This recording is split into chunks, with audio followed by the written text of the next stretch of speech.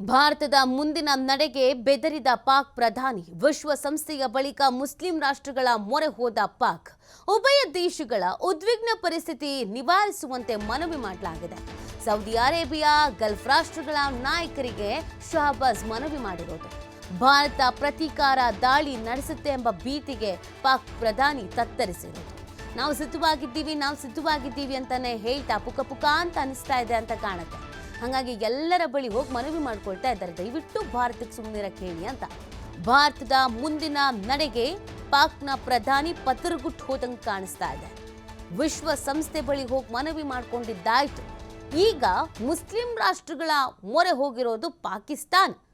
ಉಭಯ ದೇಶಗಳ ಉದ್ವಿಗ್ನ ಪರಿಸ್ಥಿತಿಯನ್ನ ನಿವಾರಿಸಿ ಅನ್ನುವಂಥ ಮನವಿಯನ್ನ ಮಾಡಿಕೊಳ್ಳಲಾಗ್ತಾ ಇದೆ. ನಾವೆಲ್ಲದಕ್ಕೂ ಸಿದ್ಧವಾಗಿದ್ದೀವಿ, ಯುದ್ಧ ಮಾಡೋದಕ್ಕೆ ತಯಾರಾಗಿದ್ದೀವಿ, ನಾವು ಸಿಂಧು ನದಿ ನೀರು ಬಿಡಲ್ಲ, ರಕ್ತ ಹರಿಸ್ತೀವಿ, ಮತ್ತೊಂದು ಸ್ಟೇಟ್ಮೆಂಟ್ ಕೊಡ್ತಿದ್ದವರ ಕತೆ ಈಗ ಎಲ್ಲರ ಹತ್ರ ಹೋಗಿ ಅಂಗಲಾಚುವ ಪರಿಸ್ಥಿತಿ ಬಂದಿದೆ.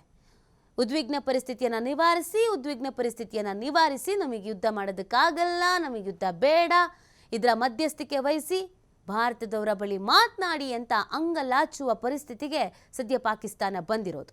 ಸೌದಿ ಅರೇಬಿಯಾ, ಗಲ್ಫ್ ರಾಷ್ಟ್ರಗಳ ನಾಯಕರಿಗೆ ಶಹಬಾಜ್ ಮನವಿಯನ್ನ ಮಾಡಲಾಗಿದೆ.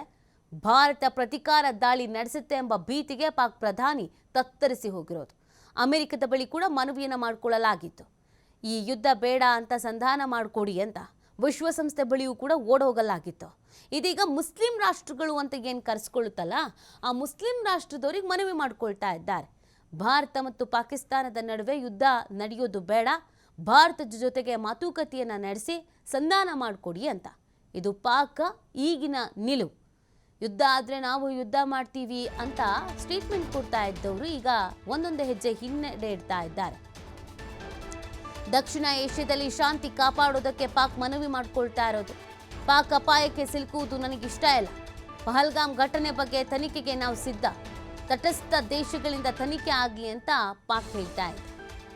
ತನಿಖೆ ಆಗಬೇಕಂತೆ, ತಟಸ್ಥ ದೇಶಗಳಿಂದ ತನಿಖೆ ಆಗಲಿ, ನಾವು ಅದಕ್ಕೆ ಸಿದ್ಧವಾಗಿದ್ದೀವಿ ಅಂತ ಹೇಳ್ತಾ ಇರೋದು. ದಕ್ಷಿಣ ಏಷ್ಯಾದಲ್ಲಿ ಶಾಂತಿ ಕಾಪಾಡೋದಕ್ಕೆ ಪಾಕ್ ಈಗ ಮನವಿ ಮಾಡ್ತಾ ಇದೆ.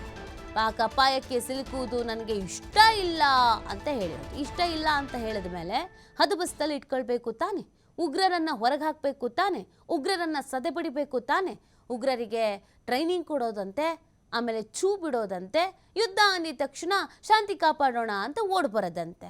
ಪಾಕಿಸ್ತಾನದಿದ್ದೇ ಮೊದಲಿನ ಕತೆ ಅಲ್ಲ, ಈ ಹಿಂದಿನಿಂದಲೂ ಕೂಡ ಅದೇ ಕತೆ. ಈಗ ಮತ್ತೆ ಅದನ್ನೇ ಮುಂದುವರಿಸಲಾಗ್ತಾ ಇದೆ. ಈಗ ಇವ್ರಿಗೆ ಶಾಂತಿ ಕಾಪಾಡಬೇಕು ಅಂತ ಅನಿಸ್ತು.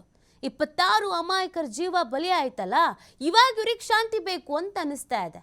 ಯಾಕೆ ಮೊದಲೇ ಗೊತ್ತಿರ್ಲಿಲ್ವಾ ಶಾಂತಿ ನೆಲೆಸಿರ್ಬೇಕು, ಶಾಂತಿ ಬೇಕು ಅನ್ನೋದು? ಮೊದಲೇ ಅರಿವು ಇರ್ಲಿಲ್ವಾ? ಇದು ಉಗ್ರರನ್ನ ಸಾಕಿ ಬೆಳೆಸಿ ಅಂತ ಯಾರು ಹೇಳಿದ್ರು ನಿಮಗೆ? ನಿಮ್ಮದೇ ದೇಶದಲ್ಲಿ ಅಲ್ವಾ ಟ್ರೈನಿಂಗ್ ಕೊಡೋದು?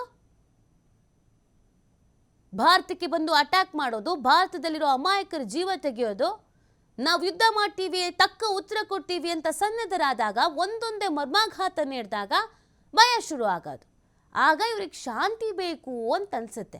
ಅಲ್ಲಿವರೆಗೂ ಇವ್ರಿಗೆ ಶಾಂತಿ ಅಂದರೆ ಏನು ಅನ್ನೋದೇ ಗೊತ್ತಿರೋದಿಲ್ಲ. ಈಗ ಮತ್ತೆ ಪಾಕಿಸ್ತಾನ ಅದೇ ಬುದ್ಧಿಯನ್ನು ತೋರಿಸ್ತಾ ಇದೆ. ಛೂ ಬಿಡೋದು, ಪ್ರಚೋದನೆಗೆ ಒಳಗಾಗುವಂತೆ ಮಾಡುವಂಥದ್ದು, ಅಪ್ರಚೋದಿತ ದಾಳಿ ಮಾಡೋದು, ಉಗ್ರರನ್ನು ಸಾಕೋದು, ಉಗ್ರರಿಗೆ ಕುಮ್ಮಕ್ಕು ಕೊಡೋದು, ಇದೆಲ್ಲದರ ಜೊತೆಗೆ ಯಾವಾಗ ಭಾರತ ತಿರುಗೇಟು ಕೊಡೋಕೆ ಶುರು ಆಯಿತೋ ಆಗೆಲ್ಲ ದೇಶದವ್ರ ಹತ್ರ ಹೋಗಿ ಅಂಗಲಾಚೋದು, ಯುದ್ಧ ಬೇಡ ಅಂತ ಹೇಳಿ ಅಂತ.